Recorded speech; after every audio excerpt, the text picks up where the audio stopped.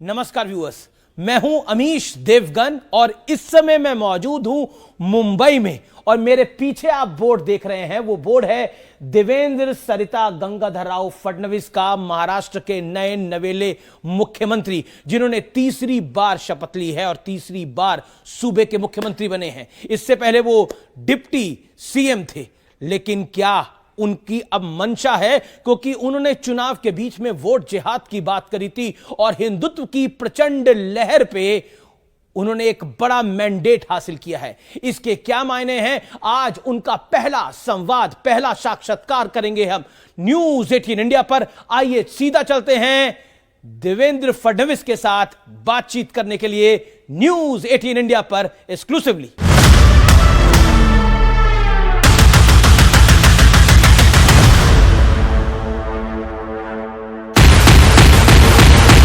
मी देवेंद्र सरिता गंगाधरराव फडणवीस।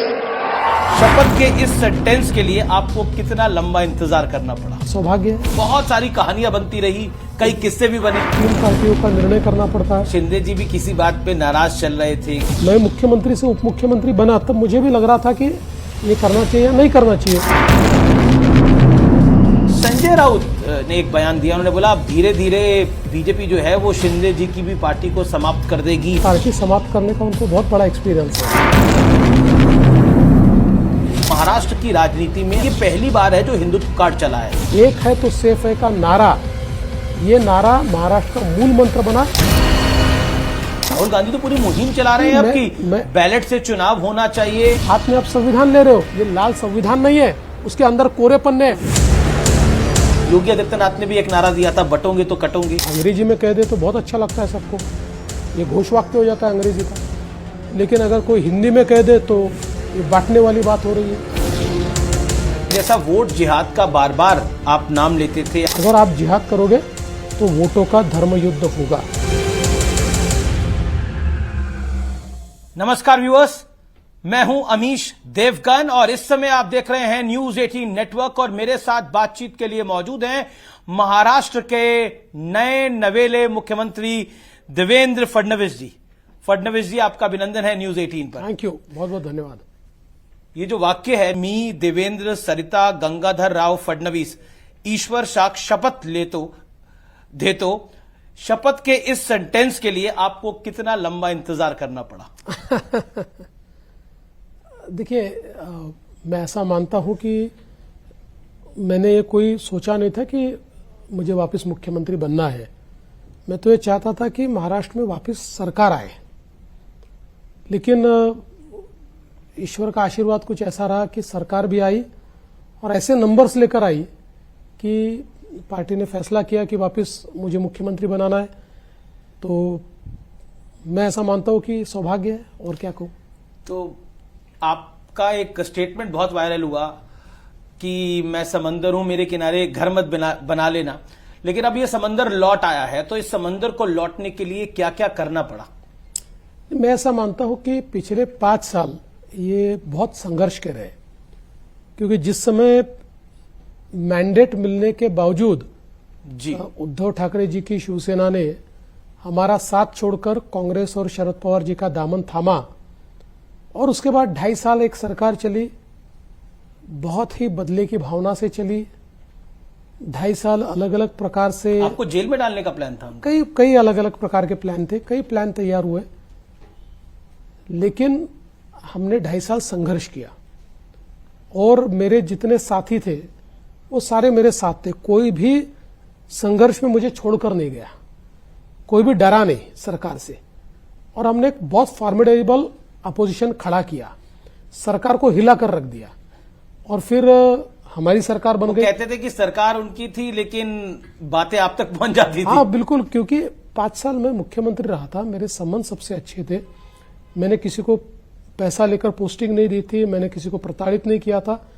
तो ब्यूरोक्रेसी में मेरे लिए एक इज्जत भी थी और मेरा एक रुतबा भी वहां पर था, तो मुझे सारी चीजें तो पता चल जाती थी।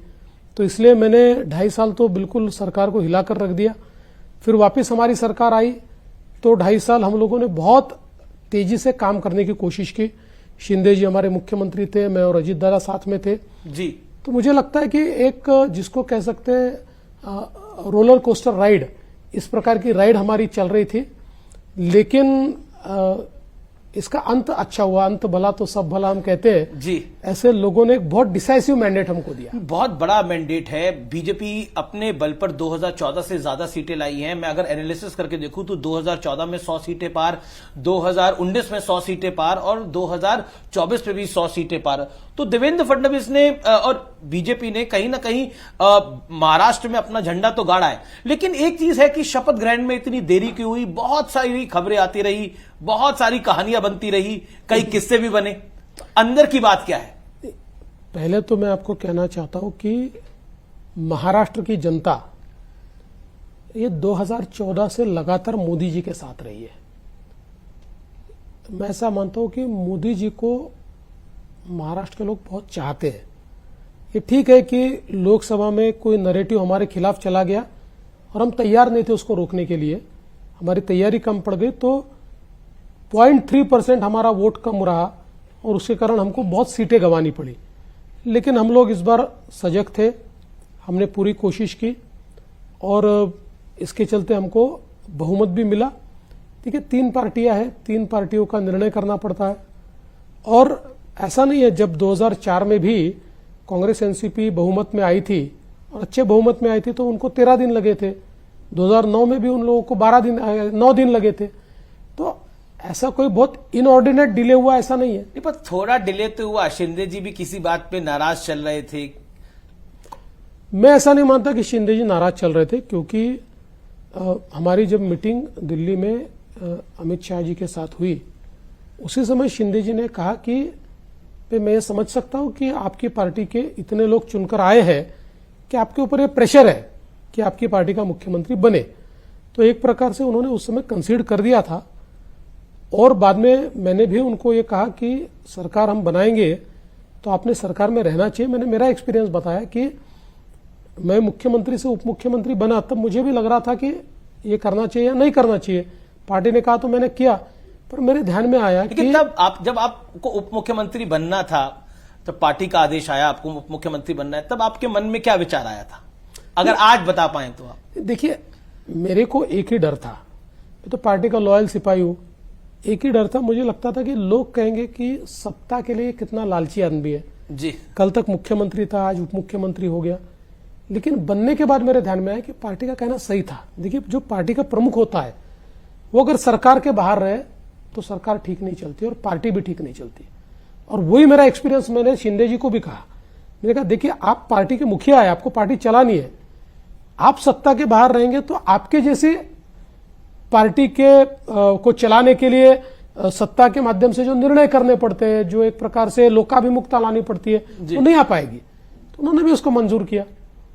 तो आप, क्योंकि इस दौरान क्योंकि डिले हो रहा था तो बड़े सारे मीम्स बन रहे थे, तो आपने भी कोई मीम देखा कि नहीं देखा? नहीं, मैंने कई मीम्स देखे और मुझे बड़ा, मैं कहता हूं कि बहुत एंटरटेनिंग था। इतना नहीं, हम तीनों ने साथ में बैठकर भी कई मीम्स देखे और खूब उसके ऊपर हंसे। एक मीम मुझे याद आता है कि जिसमें अजित पवार जी कुर्सी पर बैठे, उसके पीछे उप मुख्यमंत्री लिखा हुआ है और बाजू मुख्यमंत्री की कुर्सी रखी हुई है खाली, और वो बोल रहे हैं, अरे भाई किसी को तो बैठाओ, मैं तो परमानेंट ही हूं। जी जी। लेकिन फिर भी क्या आपको लगता है कि शपथ ग्रहण समारोह में शिंदे जी का उस कार्ड में उनका नाम नहीं था, तो उसको लेकर भी एक विवाद शुरू हो गया? ऐसा कोई कार्ड ही नहीं बना था, पर एक कंट्रोवर्सी हुई। ना ना ना ना, ऐसा कोई कार्ड नहीं था। ये तो लोग क्या बना के क्या डालते हैं। लोगों ने तो मेरे साइन के 10 ये एमएलए को मंत्री बनाओ ऐसे राज्यपाल को रिकमेंडेशन भी दिखा दिया। जी, जी। ये सब बिल्कुल ऐसा नहीं है। कार्ड जो बना नियम के अनुसार बना, जिसमें मुख्यमंत्री का नाम होता है, उप मुख्यमंत्री और मिनिस्टर्स ऐसा होता है, उसी प्रकार से कार्ड बना था। कार्ड वार्ड की कोई कंट्रोवर्सी नहीं थी। हाँ, उनके यहाँ जो मेजॉरिटी लोग थे वो चाहते थे कि शिंदे जी सरकार में जाए। एक छोटा माइनॉरिटी का तबका ऐसा भी था जो कह रहा था कि वो न जाए और कोऑर्डिनेशन कमेटी के चेयरमैन हो। तो शिंदे जी ने सबसे बातचीत की और उसके बाद यह तय किया कि वो जाएंगे। तो उसमें थोड़ा समय गया, लेकिन उनके दिमाग में कोई कंफ्यूजन नहीं था, क्लैरिटी थी। मतलब अभी भी सरकार के अंदर कोई कंफ्यूजन नहीं है, क्लैरिटी है, तीनों बिल्कुल- के बीच बिल्कुल में clarity समन्वय है, पूरा समन्वय है, कोऑर्डिनेशन है। 100%। जी, संजय राउत ने एक बयान दिया, उन्होंने बोला अब धीरे धीरे बीजेपी जो है वो शिंदे जी की भी पार्टी को समाप्त कर देगी और बीजेपी ने अपना फायदा ले लिया है। How do you take it? देखिए, पहली बात तो यह है कि मैं संजय राउत के बयानों पर कभी भी रिएक्ट नहीं करता। पर वो बयान तो डेली इसका कारण मैं बताता हूं कि हर नेता ने अपना स्तर तय कर लेना चाहिए, और मुझे लगता है कि संजय राउत के बयानों पर हमारे प्रवक्ता रिएक्ट करें। उद्धव जी कुछ कहे तो मैं रिएक्ट करता हूं, और जहां तक इस बयान का सवाल है तो मैं ऐसा मानता हूं कि पार्टी समाप्त करने का उनको बहुत बड़ा एक्सपीरियंस है। शिवसेना की हालत किस लिए हुई, जरा शिवसेना के नेताओं से पूछ लो, वो आपको बताएंगे। शिवसेना ने उबाटा सेना, जी, उबाटा सेना जो उद्धव ठाकरे की पार्टी है, लेकिन एक जो कटुता आई है महाराष्ट्र की राजनीति में बीते 5 साल के अंदर, 2019 का जब मैंडेट आपका और शिवसेना का आया और शिवसेना ने आपको छोड़ दिया और वो कांग्रेस और शरद पवार की पार्टी के साथ चली गई, जो कटुता आई है, क्या आपको लगता है वो खत्म हो सकती है, अब वो थोड़ी माइल्ड डाउन हो सकती है? नहीं, होनी चाहिए। देखिए, 2019 तक महाराष्ट्र की राजनीति में बहुत संवाद था। 2019 के बाद ये संवाद कम हुआ, खत्म नहीं हुआ, पर बहुत कम हुआ, जो मैं नहीं मानता कि किसी भी स्वस्थ लोकतंत्र के लिए इस प्रकार की परिस्थिति होनी चाहिए, और कम से कम महाराष्ट्र की राजनीतिक संस्कृति ऐसी नहीं थी। तो मेरा अपना प्रयास है कि मैं इस संवाद को एस्टैब्लिश करना चाहता हूं। अभी जब मेरा शपथ ग्रहण समारोह था, मैंने स्वयं माननीय शरद पवार जी को, माननीय उद्धव ठाकरे जी को, माननीय सुशील कुमार शिंदे जी को, माननीय पृथ्वीराज चौहान जी को सामने से फोन करके निमंत्रित किया। आपने फोन किया? फोन करके निमंत्रित किया जी, क्योंकि उद्धव ठाकरे की पार्टी के प्रवक्ता ने बोला कि हमें निमंत्रण ही नहीं मिला था। नहीं, मैंने स्वयं फोन करके निमंत्रित किया और उन्होंने बहुत अच्छा रिएक्ट किया। उन्होंने मुझे शुभकामनाएं दी। उनकी कोई अपनी कठिनाइयां थी, इसलिए उन्होंने कहा हम नहीं आ पाएंगे, लेकिन उन्होंने कहा कि हमारा सहयोग होगा। सभी के सभी की कठिनाइयां थी, इतनी कटुता हो गई कि मुझे अच्छी तरह से याद है, मैं वो दृश्य मुझे याद है, 2019 में उद्धव ठाकरे सीएम बने और आप उनके शपथ ग्रहण के कार्यक्रम में गए थे। मैं गया था, लेकिन कोई भी नहीं आया विपक्ष से। देखिए, आखिर हर एक की अपनी सोच होती है। मुझे लगता है कि किन्हीं कारणों से उनको आना गवारा नहीं होगा, लेकिन उन्होंने मुझे शुभकामनाएं दी है। और आगे भी देखिए, भले ही विपक्ष की संख्या कम होगी, उनकी संख्या के आधार पर उनका आकलन मैं नहीं करूंगा। मैं लोकतंत्र में विपक्ष की आवाज को भी सुनने की कोशिश करूंगा, और जो सही बात वो कहेंगे उसको मानने की कोशिश भी करूंगा। जी, लेकिन मैं कटुता की बात कर रहा था। कटुता इतनी थी इस चुनाव के अंदर कि आप पे निजी हमले हुए, आपके परिवार पर निजी हमले हुए। दुख होता है आपको इस बात का? देखिए, दुख तो होता है, लेकिन मैं उन सबका आभार व्यक्त करता हूं। जिस प्रकार से उन्होंने मुझे पर्सनली टारगेट किया, मेरे परिवार को टारगेट किया, इससे एक नेचुरल सिंपैथी जनता के मन में मेरे प्रति तैयार हुई। हर चीज के लिए आप सिर्फ देवेंद्र फडणवीस को टारगेट करते हो, लोगों के भी ध्यान में आया कि ये अननेसेसरी टारगेट किया जा रहा है। उसकी एक सिंपैथी मुझे मिली, और साथ साथ मुझे एक आत्मबल भी मिला कि मुझे लड़ना है, मुझे संघर्ष करना है, मुझे जीतना है। तो ये जीतने का जज्बा इन लोगों ने मेरे बीच तैयार किया। तो आपको लगता है जो आपको गाली दे रहे थे वो आपका जज्बा तैयार कर रहे थे? बिल्कुल बिल्कुल, एकदम ताकत मेरी खड़ी होगी। जी, कांग्रेस ने एक बात ट्वीट करी और कहा कि जो बीजेपी ने विज्ञापन दिया शपथ का, उसमें बाला साहब की फोटो नहीं थी, उसको लेकर एक विवाद खड़ा करने की कोशिश की गई। साधारणतः वो जो विज्ञापन है वो सरकार का विज्ञापन था। सरकार के विज्ञापन के ऊपर सुप्रीम कोर्ट ने कुछ नियम तैयार किए। जी, मुख्यमंत्री और प्रधानमंत्री जी के सिवा दूसरा फोटो उसमें नहीं रख सकते आप। किसी मिनिस्टर का भी फोटो रखना तो इवेंट का फोटोग्राफ हो सकता है, बाकी वैसा फोटोग्राफ नहीं रख सकते। और फोटो की बात नहीं है, हिंदू हृदय सम्राट शिवसेना प्रमुख बाला साहब ठाकरे हमारे दिल में है। फोटो की जरूरत नहीं, हमारे दिल में वो बैठे। जी, शपथ के बाद आपने बोला कि आपकी भूमिका बदली है, लेकिन लक्ष्य वही है। तो लक्ष्य क्या है आपका? क्योंकि हमने तो कई सारी तस्वीरें देखी, आप गाय की पूजा भी कर रहे हैं, तो हिंदुत्व का एजेंडा लेकर आप बुलंद हैं। देखिए, हिंदुत्व का एजेंडा तो हमारा है ही जी। हम हिंदुत्ववादी है, और मैं ऐसा मानता हूं कि हिंदुत्व का मतलब एक्सक्लूजन नहीं है। हिंदुत्व को पूजा पद्धति से बांधना ये गलत बात है। हिंदुत्व एक वे ऑफ लाइफ है, एक जीवन पद्धति है जो सदियों से चलती आ रही है। इसलिए दुनिया की सबसे पुरानी कंटिन्यूअस सिविलाइजेशन ये हमारी भारत की हमारी सिविलाइजेशन है, क्योंकि हमारा मूल विचार ये हिंदुत्व का है। और मैं ऐसा मानता हूं कि इस विचार में सबसे महत्वपूर्ण चीज कोई होगी तो टॉलरेंस है। हमने सबको अकोमोडेट किया है, किसी की पूजा पद्धति के आधार पर हमने कभी डिस्क्रिमिनेशन नहीं किया है। तो हिंदुत्व ये हमारी मूल भावना है, ये हमारा विचार है, और यही हिंदुत्व हमको विकास की ओर ले जाता है। लेकिन आपको लगता है कि लेकिन हिंदुत्व को, आपको लगता है, आपने हिंदुत्व पर जो अपनी बातें रखी हैं, पॉलिटिकल पंडित एक बात को जरूर कहते हैं कि महाराष्ट्र की राजनीति में हमेशा मराठा कार्ड चलता था, जाति कार्ड चलता था, लेकिन ये पहली बार है जो हिंदुत्व कार्ड चला है। और इसलिए कहा जा रहा है कि महाराष्ट्र की राजनीति के चाणक्य पहले शरद राव पवार होते थे, अब देवेंद्र फडणवीस है। पहली बात तो मैं बिल्कुल कोई चाणक्य वाणक्य नहीं हूं। मैं मेरी पार्टी का एक बहुत साधारण कार्यकर्ता हूं। जनता की, नेताओं की, ईश्वर की कृपा रही है। खुद को तो आपने अभिमन्यु बताया था। नहीं, अभिमन्यु तो हूं, वो कोई, पर मैंने ये कहा आधुनिक अभिमन्यु जो चक्रव्यूह तोड़ के आता है, तो ऐसी कोई बात नहीं है। लेकिन मैं ये कहना चाहता हूं कि देखिए, हम लोगों ने एक विचारों की लड़ाई लड़ी है जी, और उस विचारों की लड़ाई में सबसे महत्वपूर्ण महाराष्ट्र में अगर कोई चीज हुई होगी, देखिए, हमने लाडली बहना का कार्यक्रम हाथ में लिया, किसानों के लिए कार्यक्रम हाथ में लिया। ये सारी चीजों से प्रो इनकम्बेंसी तैयार हुई, पॉजिटिविटी तैयार हुई। लेकिन प्रधानमंत्री जी ने जो नारा दिया, एक है तो सेफ है, समाज की सारी विघटनकारी विचारों को समाप्त करते हुए पूरा समाज एक आया। जाति की व्यवस्था को भुलाकर सबने एक लक्ष्य को सामने रखते हुए वोट किया। जिस प्रकार से लोकसभा के चुनाव में एक बहुत ही जहरीला पोलराइजेशन कांग्रेस और उसके साथियों ने किया था, और उस पोलराइजेशन के चलते उसके बाद जिस प्रकार की घटनाएं महाराष्ट्र में घटी, वो सारा देखने के बाद समाज के सभी तबकों के ध्यान में आया कि हम लोगों को साथ में आना पड़ेगा। एक है तो सेफ है का नारा, ये नारा महाराष्ट्र का मूल मंत्र बना, जिसके कारण 5% वोटिंग बढ़ा है और जो हमारे पाले में आया है। तो मुझे लगता है कि ये नारा एक डिफाइनिंग मूवमेंट था हमारे जीत का।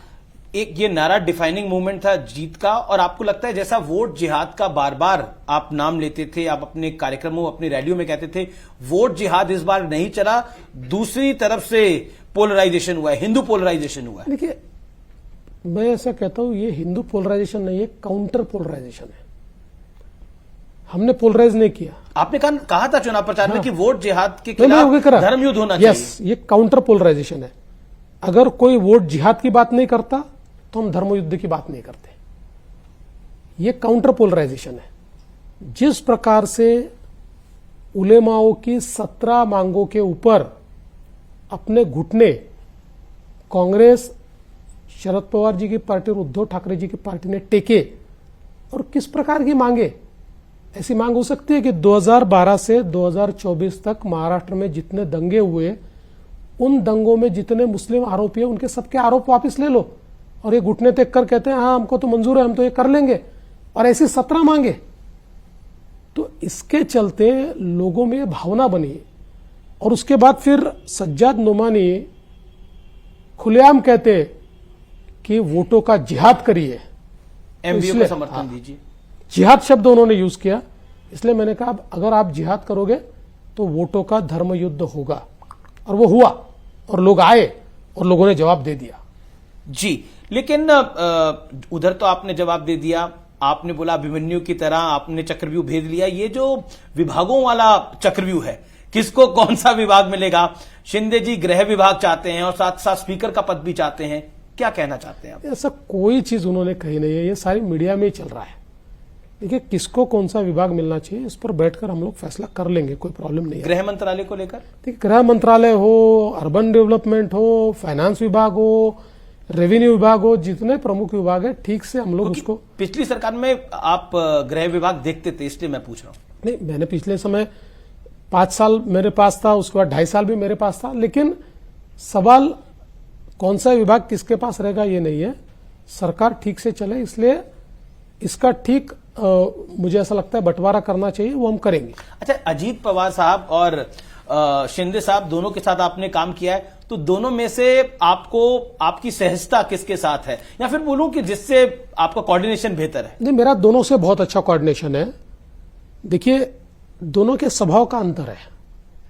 शिंदे साहब का स्वभाव ये इमोशनल स्वभाव है, अजीत दादा का स्वभाव ये प्रैक्टिकल है। अजीत दादा प्रैक्टिकल पॉलिटिक्स करते हैं, प्रैक्टिकल एडमिनिस्ट्रेशन करते हैं।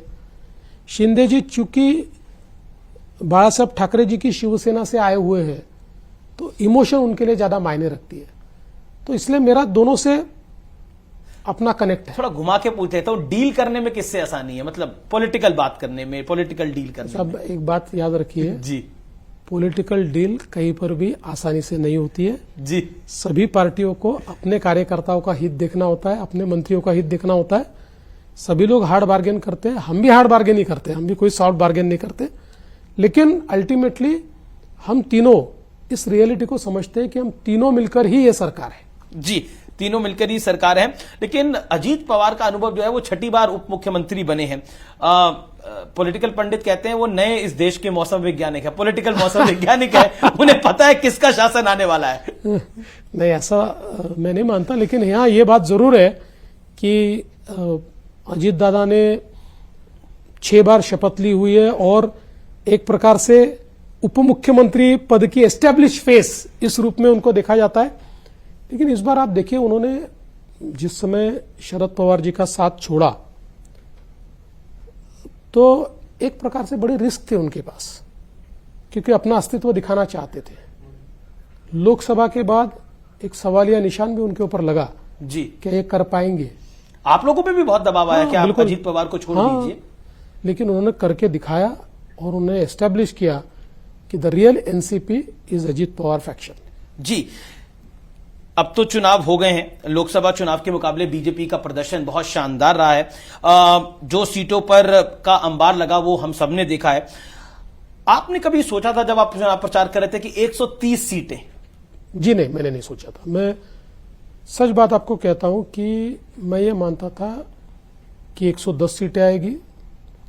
जब 5% सर्ज हुआ तो मैंने कहा 120 सीटें आएगी, लेकिन 130 सीटें मैंने नहीं सोची थी। मैं क्यों झूठ बोलूं।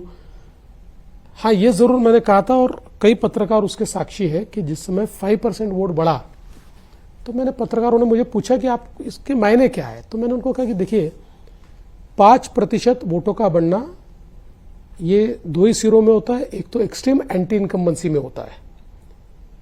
अगर हम लोग नहीं भाप पाए और इतने एंटी इनकम्बेंसी है तो हम तीनों मिलकर 50-60 सीटों में सिमट जाएंगे। लेकिन ग्राउंड पे हमको ऐसा ध्यान में नहीं आया, ग्राउंड पे हमको पॉजिटिविटी दिखी, तो हम जो सोचते हैं उस पॉजिटिव डायरेक्शन में अगर ये है तो लैंडस्लाइड विक्ट्री होगी, हम 200 से आगे जाएंगे, ऐसा मैंने कहा था। लेकिन विपक्ष की 50 सीटें आई हैं, इतना नंबर उनका कम आया है कि वो नेता प्रतिपक्ष नहीं दे सकते, तो राजनीति में कटुता करने का एक पहला कदम आप ले सकते हैं, उनको नेता प्रतिपक्ष का पद देना चाहेंगे क्या? देखिए, ये हमारे हाथ में ही नहीं है जी, इसका फैसला स्पीकर साहब करते हैं। स्पीकर भी तो नहीं, बीजेपी का होगा, ऐसा या नहीं होता शिवसेना है। का होगा? स्पीकर होता है, स्पीकर पुराने निर्णय और सारे आधार पर वो निर्णय करते हैं। लेकिन अगर स्पीकर साहब ये चाहेंगे कि किसी को विपक्ष नेता बनाना है तो हम मना नहीं करेंगे। एक कंट्रोवर्सी जिस पर मैं आपका ध्यान आकर्षित करना चाहता हूं, हालांकि आपने उसके बारे में कई बार बोला होगा, वो है ईवीएम। ये जो 130 सीटें आई हैं, इसको लेकर जब नतीजे आ रहे थे और मैं उस समय कार्यक्रम कर रहा था, तभी संजय राउत का बयान आ गया कि ये कैसे चुनाव हो रहा है, कैसे नतीजे आ रहे हैं, ऐसा हो नहीं सकता। मतलब एक तरह से एक रोना गाना, मतलब वो स्टार्ट हो गया था। ये ईवीएम कितनी बड़ी रिस्पॉन्सिबल है बीजेपी की जीत में? देखिए, ये जब जीतते हैं तो ईवीएम पे बोलते नहीं है, हारते हैं तो ईवीएम का रोना शुरू कर देते हैं। इस देश के सुप्रीम कोर्ट ने एक बहुत ही डिटेल्ड जजमेंट ईवीएम पर दिया हुआ है, सारे पहलुओं का उसके ऊपर विचार किया। इसीलिए वापस अभी जब केस इन्होंने की तो कोर्ट ने कहा कि आप हारने के बाद रोना छोड़ दो। मूल रूप से मैं सवाल पूछना चाहता हूं, एक ही दिन चुनाव होता है, झारखंड में विपक्ष जीतता है, जेएमएम और कांग्रेस जीतती है, और या हम जीतते हैं। वहां पर उनकी जीत पर कोई सवाल या निशान नहीं है। वहां ईवीएम एकदम अच्छा है, कोई प्रॉब्लम नहीं है, और यहाँ ईवीएम खराब है। यहां एक लॉजिक लेके आया कि बैटरी 99% नहीं नहीं, उसके ऊपर 99 के 100 हो कि 90 हो कि 60 हो, कोई उससे फर्क नहीं पड़ता। ये भी कोर्ट में प्रूव हो चुका है। लेकिन राहुल गांधी जो एक यात्रा निकालना चाह रहे हैं ईवीएम को लेकर, भारत जोड़ो यात्रा की तर्ज पर, उनको लगता है कि ये यात्रा निकलनी चाहिए। और एक लॉजिक भी देती है कांग्रेस पार्टी, और विपक्ष लॉजिक देता है, बड़ा चुनाव जीत जाते हैं, छोटा चुनाव हमें जितवा देते हैं। जैसे हरियाणा जीत गए, जम्मू कश्मीर जितवा दिया, महाराष्ट्र जीत गए, झारखंड हमें जितवा दिया। ये लॉजिक देते हैं वो लोग। हरियाणा और जम्मू कश्मीर में क्या अंतर है? दोनों छोटे स्टेट है। सवाल यह है, अगर ऐसा होता, सबसे बड़ा चुनाव तो लोकसभा का हुआ। लोकसभा के चुनाव में आपको 99 सीटें कैसी मिली? लोकसभा के चुनाव में हम लोग तो 400 पार जाना चाहते थे, लेकिन हमको सीटें कम मिली। तुलना में हम लोग जितना मानते थे उतनी सीटें नहीं मिल पाई जी। तो ऐसा क्यों हुआ? तो मुझे लगता है कि ये मूर्खतापूर्ण बातें इन्होंने बंद करनी चाहिए। और मुझे सबसे ज्यादा इस बात का दुख है, ये भारत जोड़ो नाम का जो एक दुकान इन्होंने खोला है, ये केवल अराजकता तैयार करने वाला दुकान है। आप देखिए, भारत के जो इंस्टीट्यूशंस है जी, उन इंस्टीट्यूशंस पे से लोगों का विश्वास कम हो, एनआरकी खड़ा करना। जब प्रधानमंत्री जी ने अर्बन नक्सल की बात कही, व्हाट इज नक्सलिज्म? नक्सलिज्म का अर्थ यह होता है भारत के संविधान पर और भारत के संविधान ने तैयार की हुई संस्थाओं पर अविश्वास दिखाना, ये संस्थाएं गलत है बताना, इज नक्सलिज्म। अर्बन नक्सल क्या करते हैं? भारत की संस्थाओं को बदनाम करके इन संस्थाओं पे लोगों का विश्वास न बैठे, ये प्रयास करते। क्या कर रहे हैं राहुल गांधी? अलग यही कर रहे हैं ना। इलेक्शन कमीशन गलत, सुप्रीम कोर्ट गलत, हाई कोर्ट गलत, संसद गलत, सीएजी गलत। डॉक्टर बाबा साहेब अंबेडकर जी ने जो संविधान तैयार किया, उस संविधान ने ट्रांसपेरेंटली जिन संस्थाओं को सरकार से अलग खड़ा किया, उन संस्थाओं को कलंकित करने का काम अगर राहुल गांधी करते हैं, हाथ में आप संविधान ले रहे हो और संविधान की सारी संस्थाओं को बदनाम करके इस देश में एनआरकी लाना चाहते हो। राहुल गांधी का विश्वास भारत के संविधान पर नहीं है, और इसीलिए लाल संविधान लेकर घूमते हैं। क्योंकि ये जो लाल किताब है ना, किसकी है पता है ना आपको? नक्सलियों की किताब होती है। ये लाल संविधान नहीं है, उसके अंदर कोरे पन्ने। अगर उनके संविधान में सही पन्ने होते तो राहुल गांधी कभी भी इस देश की संस्थाओं को बदनाम नहीं करते। आप कह रहे हैं कि राहुल गांधी जो है वो खुद नफरत की दुकान लेकर एक घूम रहे हैं, लेकिन वो कहते हैं कि मैं तो नफरत को मिटाने के लिए मोहब्बत की दुकान खोल के बैठा हूं। वो कह रहे हैं मोदी ने, योगी ने, देवेंद्र फडणवीस ने, अमित शाह ने, इन सब ने नफरत फैला दी है इस पूरे देश के अंदर। हिंदू मुसलमान करते हैं, इसके अलावा कुछ नहीं करते ये लोग। देखिए, भारत पाकिस्तान करते हैं। देखिए, राहुल गांधी जी का प्रॉब्लम यह है कि जो स्क्रिप्ट उनको मिलती है उस स्क्रिप्ट पर वो बोलते हैं। मैं तो साफ शब्दों में कहता हूं कि राहुल गांधी जी सीधे डिबेट में आए, एक सीधे डिबेट करें। आपके साथ? मेरे साथ करे, किसी का शायद वो मुझे छोटा मानते होंगे, तो जिसको अपने स्तर का मानते हैं उसके साथ डिबेट करे ना। आप महाराष्ट्र के तीसरी बार मुख्यमंत्री? मैं तो मानता हूं, लेकिन वो शायद नहीं मानते होंगे, तो जिसके साथ करना चाहे एक सीधी डिबेट करे। ये स्क्रिप्ट पे बात करना छोड़ दे। ये सारी स्क्रिप्ट राहुल गांधी जी की एनार्किस्ट लोग तैयार कर रहे हैं। ये सारी स्क्रिप्ट जिनको भारत, ये षड्यंत्र है भारत की संस्थाओं पे से लोगों का विश्वास समाप्त करना, फिर भारत के लोकतंत्र पे खतरा खड़ा करना, भारत में अराजक। देखिए, बांग्लादेश में होने का पहला काम इनका क्या बयान था? भारत में बांग्लादेश होगा, मतलब क्या होगा? लोकतंत्र समाप्त हो जाएगा। इनके जो मंसूबे हैं, इनके जो सपने हैं, वो यही है ये लोकतंत्र को समाप्त करना चाहते हैं भारत के। आपने बांग्लादेश की बात करी। बांग्लादेश में हिंदुओं को बहुत बुरी तरह से टारगेट किया जा रहा है। इस्कॉन के एक स्वामी को जेल के अंदर डाल दिया गया। जो वकील उनका केस लड़ने के लिए गया वो भी, उसको भी जिसे कहते हैं बहुत ही बुरी स्थिति में है। वो इस समय जीवन और मरण की लड़ाई लड़ रहा है। बांग्लादेश की स्थिति पर आप फडणवीस जी क्या कहना चाहते हैं? केंद्र में आप लोगों की सरकार है। देखिए, इस मामले में भारत सरकार ने जहां आवाज उठानी चाहिए वहां आवाज उठाई है और जनता ने भी एक प्रकार से इसका इको तैयार किया है। लेकिन मैं सवाल पूछना चाहता हूं कि भारत में अपने आप को धर्मनिरपेक्ष ताकतें कहने वाले जो है वो क्यों नहीं बोलते इसके ऊपर? क्यों राहुल गांधी अमेरिका में जाकर भारत के खिलाफ बोलते हैं? जाए अमेरिका और जाकर वहां कहे कि बांग्लादेश के ऊपर आप सैंक्शंस करो या बांग्लादेश को आप एक प्रकार से आग दिखाओ। ये क्यों नहीं कहते राहुल गांधी? जिस तरह से इस देश में इस समय कुछ विषयों को लेकर विवाद चल रहा है, संभल में एक मस्जिद को लेकर विवाद चल रहा है और अजमेर दरगाह को लेकर भी एक कोर्ट में पिटीशन फाइल हो गई है, इन स्थितियों को आप कैसे देखते हैं? कि महत्व की बात यह है कि आप अगर दुनिया का इतिहास देखें, दुनिया का, तो दुनिया के इतिहास में जब जब वहां की मूल परंपरा पर आक्रांताओं ने आक्रमण करके वहां के जो मूल स्थल थे, जो आस्था के केंद्र थे, जो उनकी अस्मिता के केंद्र थे, इनको तोड़ा या उनका स्वरूप बदला, तो जब आक्रांता चले गए और वो स्वतंत्र हुए तब तक उन्होंने अपने मूल स्वरूप को वहां पर प्राप्त किया है, उसको लोगों के लिए उन्होंने प्राप्त करके दिया है। तो भारत में भी चाहे वो राम जन्मभूमि का प्रश्न हो या अन्य प्रश्न हो, ये सारे प्रश्न इसी प्रकार के हैं कि जो हमारी मूल आस्था है उसको जानबूझकर ठेस पहुंचाने के लिए तोड़ा गया है, उसके ऊपर अलग अलग प्रकार के धार्मिक स्थल तैयार किए गए हैं। मुझे ऐसा लगता है कि अगर लोगों के मन में है कि इसका मूल स्वरूप आना चाहिए तो ये गलत नहीं है। लेकिन मैं ये कहना चाहता हूं कि इसके लिए हमारे देश में कोर्ट है, कानून है, कानूनन लड़ाई लड़कर ये सारी चीजें होनी चाहिए। और मैं ऐसा मानता हूं कि हिंदुत्व में दूसरों की भावनाओं को ठेस पहुंचाकर हमने कभी भी अपना प्रचार और प्रसार नहीं किया है। वोट जिहाद की मैं बात कर लेता हूं। क्या वोट जिहाद वाकई जातिगत जनगणना, जाति वाली राजनीति की एक बड़ी काट है और देवेंद्र फडणवीस ने वो काट ढूंढ ली है? देखिए, ऐसी कोई, ये महाराष्ट्र का मॉडल देश भर में भी चल सकता है। ऐसा है कि जहां वोट जिहाद की बात कोई करेगा जी, वहां पर वोटों का धर्मयुद्ध होगा। यूपी में हुआ था लोकसभा चुनावों में, महाराष्ट्र में हुआ, बिल्कुल होगा, बिल्कुल होगा।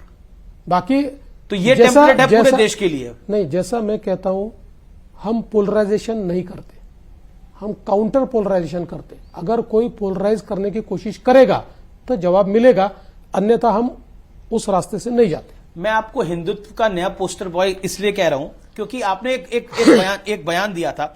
आपने कहा था कि अरे ये महाराष्ट्र है और यहां पर औरंगजेब के नाम पर कोई कुत्ता भी पेशाब नहीं करेगा। ऐसा है, हिंदुत्व को पोस्टर बॉय की जरूरत नहीं है। हिंदुत्व हमारे खून में बसता है। हमारी सदियों से विचारधारा हिंदुत्व की विचारधारा है, इसलिए उसके लिए किसी पोस्टर बॉय की जरूरत नहीं है। और मैं ऐसा मानता हूं, इस देश में हिंदुत्व के पुरोधा के रूप में अगर किसी को देखा जाए तो वो मोदी जी को देखा जाए, क्योंकि मोदी जी ने हमारी जो संस्कृति है, हमारी जो वजूद है, हमारा जो इतिहास है, हमारे जो संस्कार है और हमारी जो पहचान है, इसको वापस लाने का काम किया है। और एक समय ऐसा था कि ये सूडो सेक्युलर मंदिर जाने से भी डरते थे, छिप छिप के जाते थे। प्रधानमंत्री जी ने वो डर लोगों के मन से निकाल दिया। तो उद्धव ठाकरे ने भी अपनी पार्टी को निर्देश दिया है कि दोबारा हिंदुत्व के एजेंडे पे वापस आइए। तो इसलिए, और मैं इसलिए भी उनको हिंदुत्व का पुरोधा कहता हूं क्योंकि ये हिंदुत्व ही है जिसने कभी डिस्क्रिमिनेशन नहीं किया। और आप अगर देखें तो मोदी जी ने विकास किया और विकास करते समय उन्होंने डिस्क्रिमिनेट नहीं किया। हिंदू, मुस्लिम, सिख, ईसाई, बौद्ध, जैन कोई भी समाज का, कोई भी धर्म का, किसी की पूजा पद्धति कोई भी हो, सभी को विकास के रास्तों पर ले जाने का काम मोदी जी ने किया है। आपने तो ये भी बयान दिया था कि आदित्य ठाकरे को हिंदुत्व सीखने के लिए अब सपा के पास यानी समाजवादी पार्टी और ओवैसी के पास जाना पड़ रहा है। नहीं, मैंने ऐसा है कि चुनाव प्रचार के दौरान चुनाव प्रचार के दरमियान उन्होंने ये कहा था कि भाई देवेंद्र फडणवीस मुझे हिंदुत्व न सिखाए। जी, मैंने कहा था मैं क्यों सिखाऊं भाई, मैं थोड़ी कोई सिखाने वाला होता हूं। अभी तो आपके पास सपा है, आपके पास ओवैसी है, आपके पास ये सारे लोग हैं, आपको सिखाएंगे। अच्छा, कोई चांस है उद्धव ठाकरे का वापस एनडीए में आने का? देखिए, अभी हमारी मेजोरिटी ही इतनी है कि मुझे लगता नहीं है कि कोई जरूरत भी है। क्योंकि ग्राउंड लेवल पे उनके कई नेता चाहते हैं कि वापस बीजेपी के साथ चले जाएं। अब नहीं, ये निश्चित रूप से चाहते होंगे क्योंकि मूल डीएनए उनका हिंदुत्व का रहा है। अब उन्होंने उसके ऊपर एक हरी चादर ओढ़ ली है, लेकिन उस हरी चादर में उनके नेता कहीं ना कहीं सफोकेट तो होते हैं ना, हो रहे हैं। तो कोई चांस है आने वाले अभी साल? कोई चर्चा ही नहीं है। मुझे लगता है कि अभी उस चर्चा का कोई मतलब ये समय भी नहीं है। आपने बोला कि एक है तो सेफ है नारा बहुत चला। योगी आदित्यनाथ ने भी एक नारा दिया था, बटोंगे तो कटोंगे। उसका भी कुछ इंपैक्ट रहा आपको लगता है? देखिए, दो नारे अलग नहीं है जी। आज ये मेरे सामने गिलास रखा हुआ है जी, मैं ये भी कह सकता हूं कि गिलास आधा भरा है, मैं ये भी कह सकता हूं कि गिलास आधा खाली है। जी, तो बटोगे तो कटोगे कहना, इसका अर्थ है गिलास आधा खाली है। एक है तो सेफ है, इसका कहना गिलास आधा भरा है। देखिए, दोनों का अर्थ तो यही है कि united we stand and divided we fall. हम अंग्रेजी में कह दे तो बहुत अच्छा लगता है सबको, ये घोषवाक्य हो जाता है अंग्रेजी का। लेकिन अगर कोई हिंदी में कह दे तो ये बांटने वाली बात हो रही है। अरे भाई, समाज को एक करने का काम है। कोई अगर समाज को, देखिए मोदी जी ने बहुत अच्छे से कहा कि एक रहो तो सेफ रहोगे। योगी जी ने अपने स्टाइल में उसको कह दिया, कह रहे भैया साथ में नहीं रहोगे तो समाप्त हो जाओगे। जी। अच्छा, उत्तर में योगी जी हैं और पश्चिम में यानी और वेस्ट में फडणवीस जी आ गए। देश में तो मोदी जी आई, ईस्ट में हिमंता बिस्वा शर्मा हो गए और साउथ में पवन कल्याण, आप हालांकि आपके सहयोगी हैं। ये पोस्टर बहुत चल रहा है, तो कैसे आप देखते हैं? मतलब आपको लगता है कि फ्यूचर ऑफ बीजेपी इज जो है, आप भविष्य हैं भारतीय जनता पार्टी का बड़े रूप में? भारतीय जनता पार्टी में बहुत नई जनरेशन के नेता है जी, इसलिए भारतीय जनता पार्टी का फ्यूचर ब्राइट है। आज मेरे जैसे नेता ये 3-3 बार मुख्यमंत्री बन पाए, ये कांग्रेस में संभव नहीं है, ये केवल बीजेपी में संभव है। मोदी जी ये कर सकते हैं, ये उनमें क्षमता है, ताकत है और हिम्मत है। तो मुझे लगता है कि एक बहुत बड़ी पीढ़ी का निर्माण मोदी जी ने किया है। उन्हीं में से कुछ लोग आगे जाएंगे, आगे पार्टी संभालेंगे। तो आपको लगता है कि आप वो जो बीजेपी की लिस्ट है उसमें आप टॉप पे हैं अभी? नहीं, मैं नहीं मानता मैं टॉप पर हूं वगैरह नहीं मानता। बीजेपी की अगली पीढ़ी की लिस्ट में मैं जरूर रहूंगा। चुनाव प्रचार के दौरान आपने गाना गाया था, गीत था वो जागो हिंदू जागो, अब वो काफी वायरल हो रहा है। तो वो गाना आपने सुना कहां से और सीखा कहां से, या आप संग से ही सुनते हुए आ रहे थे? देखिए, ये गाना कोई मैंने चुनाव प्रचार में गाया नहीं था। मूल रूप से ये जो गाना है, जब राम जन्मभूमि का आंदोलन शुरू हुआ तो कार सेवक के रूप में जब हम लोग अयोध्या गए थे, उस समय का ये गाना था, तब हम ये गाते थे। तो जब राम मंदिर का शिलान्यास हुआ उस समय भी मैंने वो गाना गाया था, याद करके। उससे जस्ट पहले एक मुंबई में उत्तर भारतीय एक सम्मेलन हुआ था, उस सम्मेलन में मैंने ये गाना गाया था। हालांकि मुझे कोई बहुत सुर वगैरह आते नहीं है। अभी आजकल टेक्नोलॉजी ऐसी है कि हमारे कुछ लोगों ने वो गाना उठाया वहां से जी, और उसको बैकग्राउंड में म्यूजिक डाल दिया, उसमें कुछ कोरस डाल दिया जी, तो एक वो गाना बन गया। और मैं तो आपको बोलने वाला था 2 लाइनें अगर आप नहीं, चुनाव में उसको नहीं भाई साहब, मैं इतना बेसुरा हूं कि मैं नेशनल टेलीविजन पे अपनी इज्जत नहीं उतारना चाहता। जी जी जी जी। लेकिन हम लोग आप सवाल करते हैं कि वर्क लाइफ बैलेंस होना चाहिए, तो आप वर्क वाइफ बैलेंस बना लेते हैं अपना? नहीं बना सकते। देखिए क्या होता है, ये कहना बड़ा आसान होता है, लेकिन आप जब इस मकाम पर पहुंचते हो, इतना संघर्ष और इतना आपको एक प्रकार से काम करना पड़ता है, तो आपके घर वालों को सैक्रिफाइस करना ही पड़ता है। मेरी वाइफ हो, मेरी माँ हो या मेरी बेटी हो, जी, सभी को सैक्रिफाइस करना पड़ता है।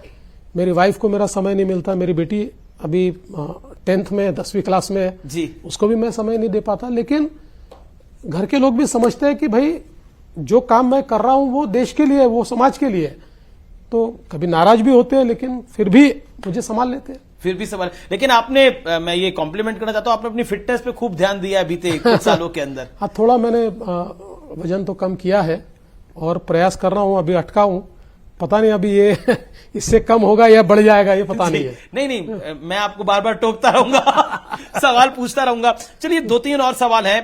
प्रधानमंत्री ने एक लोकसभा चुनावों में न्यूज 18 को इंटरव्यू दिया था और उस इंटरव्यू में प्रधानमंत्री मोदी ने आपकी तारीफ करी थी, कहा कि एक तरह से डिप्टी सीएम पद लेना उस समय देवेंद्र फडणवीस के लिए बहुत बड़ी बात थी, लेकिन महाराष्ट्र के लिए हमने ये किया। मेरे मन में ये शंका थी, क्या मैं डिप्टी सीएम का पद लूं या न लूं। मोदी जी से मेरी बात हुई, उन्होंने जो बात मुझे कही उसके बाद मेरे मन में रत्ती भर, क्या कहा था? जो भी उन्होंने कहा था वो तो हमारा आपस का संवाद है जी, पर रत्ती भर भी मेरे मन में शंका नहीं रही। और उसके 1 महीने बाद ही मैंने ये रियलाइज किया कि मोदी जी कहते थे वो सही था, ये पद लेना बिल्कुल जरूरी था, पार्टी के लिए आवश्यक था। और जिस प्रकार का ट्वीट, आप उस समय का मोदी जी का ट्वीट देखिए, बिल्कुल देखा मैंने। एक छोटे से कार्यकर्ताओं को किस कद पर मोदी जी ले जाते हैं, ये उस ट्वीट के माध्यम से हमने देखा। तो मुझे लगता है कि उसके बाद मेरा कॉन्फिडेंस इतना बढ़ा, शायद मैं ऐसा मानता हूं कि मुख्यमंत्री बन जाता तब भी इतना प्रेज मुझे नहीं मिलता हमारे कार्यकर्ताओं की ओर से, नेताओं की ओर से, जितना डिप्टी सीएम बनने के बाद मिला। जी, लेकिन 2019 में जब आपने इस्तीफा दिया था तब मन में भावना क्या थी? क्योंकि मैंडेट आपके पक्ष में आया था और क्योंकि मैंने वो चुनावी रैली उद्धव ठाकरे जी की भी देखी थी, जिसमें मोदी जी की होर्डिंग होती थी और प्रधानमंत्री बोलते थे दिल्ली में नरेंद्र है और महाराष्ट्र में देवेंद्र होगा। लेकिन उसके बाद इतना बड़ा हो गया, जब आप रिजाइन दे रहे थे और अब जब आप 2024 में शपथ ले रहे थे, तो मन में थॉट क्या आया था? क्योंकि वो जो थॉट है वो आपके कार्यकर्ताओं के लिए तो प्रेरणा होगा, लेकिन हर उस व्यक्ति के लिए प्रेरणा होगा जो कि कभी कभार एक मायूसी देखता है, क्योंकि जीवन में उतार चढ़ाव तो आता ही है। 2019 में जब इस्तीफा दिया तो मुझे दुख था, और दुख इस बात का ज्यादा था कि उद्धव जी ने चर्चा ही नहीं की, इसका दुख मुझे ज्यादा था। क्योंकि आप 5 साल साथ में काम करते हो तो एक रिलेशन बनता है, एक व्यक्तिगत इमोशनल आपका कनेक्ट होता है, तो वो एक कनेक्ट उनके साथ मेरा काफी अच्छा हुआ था। तो जब उन्होंने बातचीत ही नहीं की या फोन भी नहीं लिया तो निश्चित रूप से बहुत दुख हुआ था मुझे। मेरे मन में यह था कि भाई जिस प्रकार से विश्वासघात हुआ है, धोखा हुआ है, इसका जवाब मिलना चाहिए। उद्धव जी ने तब बोला था कि अमित शाह ने वादा किया था उनको कि नहीं, देखिए वो गलत बात है, अमित शाह ने खुद भी उसको डराया था, बिल्कुल गलत बात है। जी, चलिए मेरा अगला सवाल है लॉ एंड ऑर्डर को लेकर। आपको लगता है क्योंकि बाबा सिद्दीकी की भी हत्या हुई, सलमान खान को भी बहुत सारी धमकियां मिल रही हैं बतौर मुख्यमंत्री? देखिए लॉ एंड ऑर्डर ये हमेशा चैलेंज रहता ही है। मुंबई जैसा शहर जो एक बहुत ही वल्नरेबल इस प्रकार का शहर है, क्योंकि ये देश की आर्थिक राजधानी है, इसने कई बॉम्ब स्फोट झेले हैं और विशेष रूप से आतंकवादियों के टारगेट पर जी ये शहर हमेशा होता है। तो महाराष्ट्र में लॉ एंड ऑर्डर संभालना एक बहुत चैलेंजिंग इस प्रकार का जॉब है। मैंने कई सालों तक वो किया है, यशस्विता के साथ किया है, और मैं ऐसा मानता हूं कि इस सरकार में भी हम लोग महाराष्ट्र की लॉ एंड ऑर्डर को बहुत अच्छे तरीके से हैंडल करेंगे। हरियाणा आप लोगों ने जीत लिया, महाराष्ट्र में आपकी सरकार आ गई, अगला चुनाव दिल्ली है और अरविंद केजरीवाल वहां 10 साल से हैं, उनकी पार्टी है। क्या लगता है आपको? मुझे लगता है कि बीजेपी जीतेगी। लोगों का मन अभी बीजेपी की तरफ है, क्योंकि आपने देख लिया लोकसभा में कांग्रेस और आप इन्होंने गठबंधन किया, बावजूद उसके बीजेपी जीती है। तो विधानसभा में लोगों का मन बना है। आप क्योंकि पॉलिटिक्स को बहुत अच्छे से समझते हैं, क्यों आपको लगता है यूपी बाई इलेक्शन में बीजेपी जीती, महाराष्ट्र में जीती, हरियाणा में भी जीती, जिन जिन जगहों पे बीजेपी लोकसभा में हारी थी वहां पलट के जीत के वापस आ रही है? रीजन क्या लगता है आपको? क्या एक पब्लिक में भी रिग्रेट है मोदी को वोट नहीं दिया हमने? बिल्कुल 100% रिग्रेट है, वो हमने महसूस किया है। देखिए 2 चीजें इसमें बहुत महत्वपूर्ण है। एक, how do you analyse it? जो फेक नरेटिव लोकसभा में चला। देखिए लोकसभा में मैं महाराष्ट्र की तो बात आपको कह सकता हूं कि हमारी विफलता सबसे बड़ी क्या रही महाराष्ट्र में। हम लोगों ने फेक नैरेटिव को रोकने के लिए कोई एपरेटस ही तैयार नहीं किया था। जी, वी वर कॉट अनअवेयर। हम लोग अनफॉर्चुनेटली, मेरे जैसा कार्यकर्ता भी कॉम्प्लेसेंट था, जीत रहे, ये तो इनका चलेगा ही नहीं, इस मूड में चले गए। वो नीचे परकोलेट हो रहा था और हम ये मानते थे कि इसका कोई असर नहीं है, अपन तो जीत रहे। आपने तो खुद ऑफर किया था कि मैं छोड़ देता हूं और नहीं, मैं वो तो पार्टी बात की बात है जी। तो उसके बाद ये जैसे ध्यान में आया तो हम लोगों ने उस नैरेटिव को बस्ट करने का काम शुरू किया। तो पूरे देश में वो नैरेटिव खत्म हो गया, फेक नैरेटिव, और लोगों के मन में एक टीस है, एक प्रकार से लोगों को ये लगता है कि भाई हमने गलत किया या मोदी जी के साथ गलत हुआ। जी। जिस व्यक्ति ने अपने जीवन का प्रत्येक क्षण भारत को महान बनाने में लगाया, वो भले 400 नहीं तो 350 तो डिजर्व करते ही थे। जी बिल्कुल, रैपिड फायर राउंड है, एक एक लाइन में जवाब देना है। राहुल गांधी और अरविंद केजरीवाल में से आप बेहतर नेता किसको मानते हैं? देखिए, ये तो डेविल एंड डीप सी वाली बात आपने कह दी। Choose between devil and deep sea, तो ऐसा तो चॉइस होता नहीं है। अच्छा, शिवसेना और एनसीपी में से नेचुरल अलायंस आप किसके साथ मानते हैं? नेचुरल अलायंस हमारा शिवसेना के साथ है, पॉलिटिकल अलायंस एनसीपी के साथ। Very clear answer. और बाला साहब ठाकरे अगर आज होते तो क्या सोचते? मुझे ऐसा लगता है कि बाला साहब ठाकरे अगर आज होते तो उद्धव जी को इस रास्ते पर कभी नहीं जाने देते, कभी नहीं जाने देते। मैं 3 फोटो लेकर आया हूं आपको दिखाने के लिए। पहली फोटो जो है वो है ये। क्या कहना चाहते हैं आप इस फोटो को देखकर?